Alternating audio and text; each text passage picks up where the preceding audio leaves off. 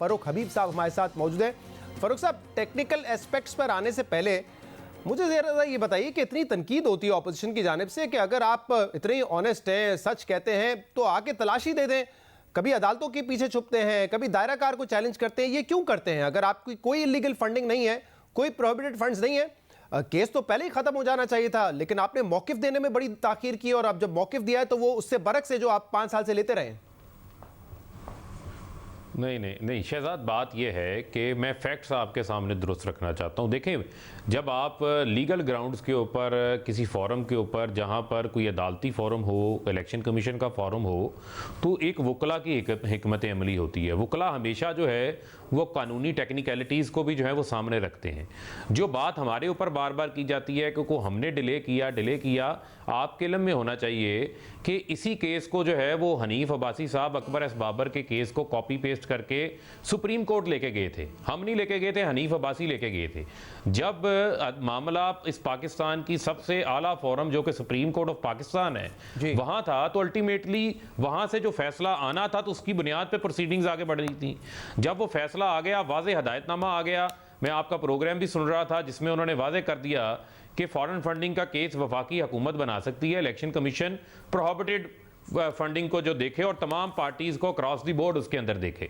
जहां तक रही बात अकबर एस बाबर के हवाले से, एक तो सुप्रीम कोर्ट का फैसला आए हुए 3 साल हो चुका है और उन्होंने कहा कि ये दायराकार इलेक्शन कमीशन ऑफ पाकिस्तान का है। और दूसरा, मैं इसीलिए ये मैंने मिसाल दी, जब ऑपोजिशन के लोग भी अदालत जाते थे तो वजीर आजम इमरान खान उस वक्त ऑपोजिशन में थे, वो कहते थे देखें अदालती फैसलों के पीछे ना छुपे, तलाशी दे दें। आप कह रहे हैं कि वकला की टीम की अपनी स्ट्रेटजी होती है, आपने सिर्फ अकाउंट्स दिखाने हैं और ये साबित करना है कि कोई इलीगल फंडिंग नहीं आई, इतना सा मामला है। नहीं शहजाद, इसके दो पहलू हैं। हमने कभी भी जो है वो अपने अकाउंट्स को दिखाने से हमने गुरेज नहीं किया।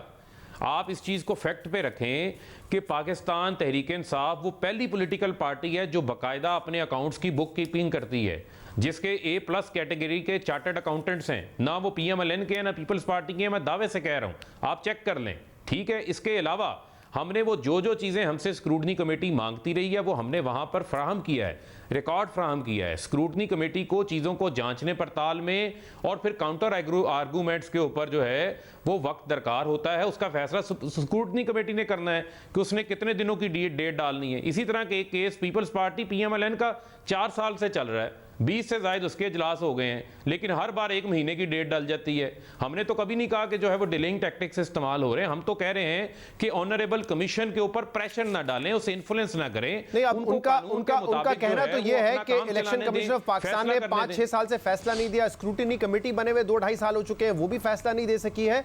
और अभी election commission of Pakistan Tehreek Insaf के कहने पर हमें वो फाइनेंशियल डॉक्यूमेंट्स नहीं दे रही, जो कि एक पिटिशनर का हक है, जो कि एक ऑर्डर है इलेक्शन कमीशन ऑफ पाकिस्तान का कि ये डॉक्यूमेंट्स दे दिए जाएं। वो कहते हैं पिटिशनर को दिए नहीं जा रहे। देखें, ये शहजाद ये जो वो कहते हैं ना, ये वो कहते हैं, लेकिन हमने तो वो देखना है जो इलेक्शन कमीशन कहता है। मैं खुद स्क्रूटनी कमेटी की मीटिंग्स में जाता हूं, PMLN और पीपल्स पार्टी की। हमें भी स्क्रूटनी कमेटी ने उनका डेटा नहीं दिया। उन्होंने कहा है कि हम ये मामला इलेक्शन कमीशन के सामने रख देंगे, अगर वो हमें इजाजत देंगे तो हम आपको भी डेटा दे देंगे और अकबर एस बाबर को भी दे देंगे। आप ये कह रहे हैं कि स्क्रूटिनी कमेटी का ये इख्तियार ही नहीं है कि वो डेटा दे सके, ये इख्तियार नहीं है स्क्रूटिनी कमेटी का, और ये फैसला इलेक्शन कमीशन बाद में करेगी। नहीं, मैं आप बात समझ नहीं रहे। ये मैं आपको स्क्रूटिनी कमेटी के हवाला दे रहा हूं कि वो ये कहते हैं कि हमने गाइडेंस लेनी है कमीशन से, हम ये कमीशन के सामने रखेंगे। हमने भी मुतालबा किया है कि जो PMLN ने, पीपल्स पार्टी ने रिकॉर्ड जमा करवाया है, अच्छा, वो आप हमें भी दें काउंटर आर्गूमेंट करने के लिए। मुझे अगर मुख्तसर आप बता सके जो केस आपने पीपल्स पार्टी और नून लीग के खिलाफ किया है, कमेटी का ये अपना फैसला है, ये हमारा फैसला नहीं, हमने मुखालफत नहीं की। पीपल्स पार्टी और नून लीग के खिलाफ जो आपने केस किया है, उस केस की बुनियाद क्या है, अगर आप मुझे मुख्तसर बता सके।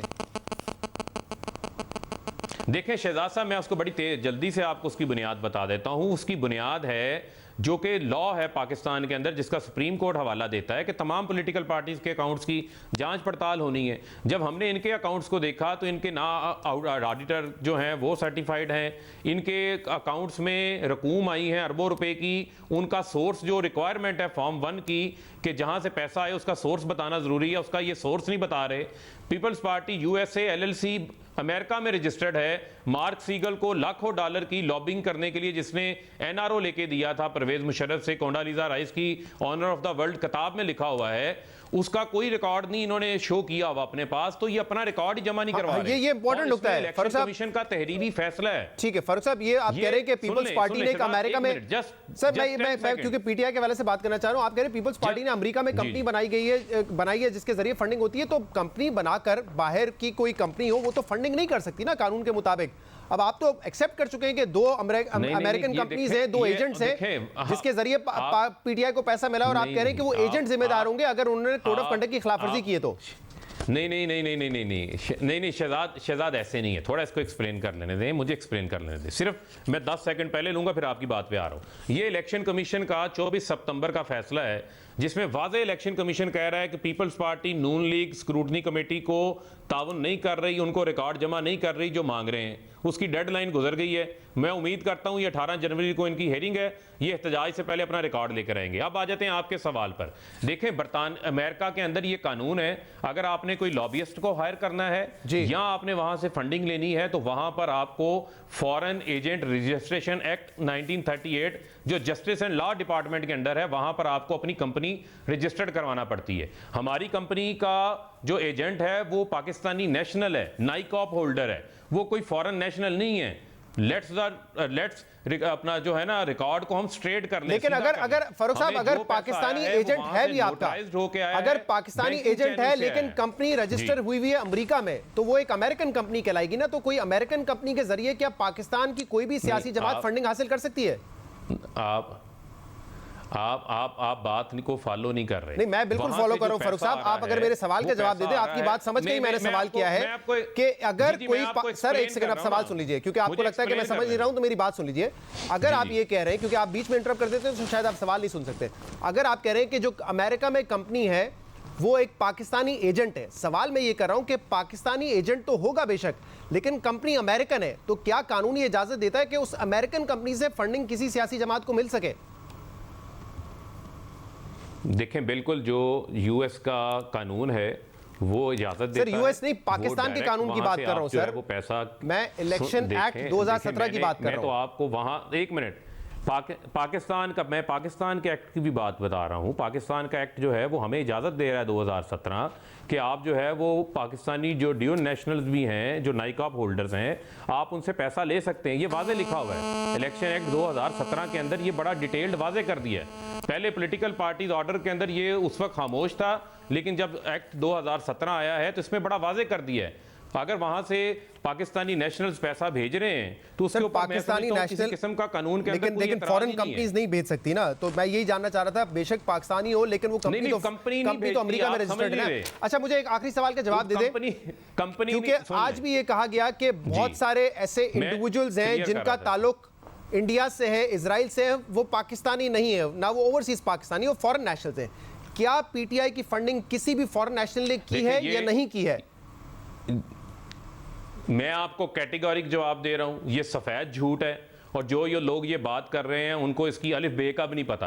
ये जो पीएमएलएन राणा सनाउल्लाह ने जो बात की है, ये तो पटिशनर भी नहीं है। इन्होंने तो उस मैच का कप लेने की कोशिश कर रहे हैं जो मैच नहीं इन्होंने खेला। फिर मुझे ये बता दीजिए, गिरे हुए हैं कि अगर हमने तमाम पैसा बैंकिंग चैनल से आया है और पाकिस्तानियों से आया और उसका रिकॉर्ड जमा है, सुप्रीम कोर्ट में भी जमा करवाया, तो फिर इलेक्शन कमीशन में भी जमा करवाया। ये पोजीशन आप लोगों ने 2 दिन पहले क्यों ली है कि अगर कोई ऐसा पैसा प्रोहिबिटेड आया भी है तो उसकी जिम्मेदारी पार्टी सरबराह पर नहीं आएगी, एजेंट पर आएगी? ये पोजीशन क्यों ली है अगर आपकी कोई इलीगल फंडिंग है ही नहीं तो? नहीं, उसमें नहीं, मैं आपको एक्सप्लेन कर देता हूं। देखें, उसको ट्विस्ट किया गया सिर्फ उसकी एक लाइन को, उसका अगला पैरा नहीं पढ़ा गया।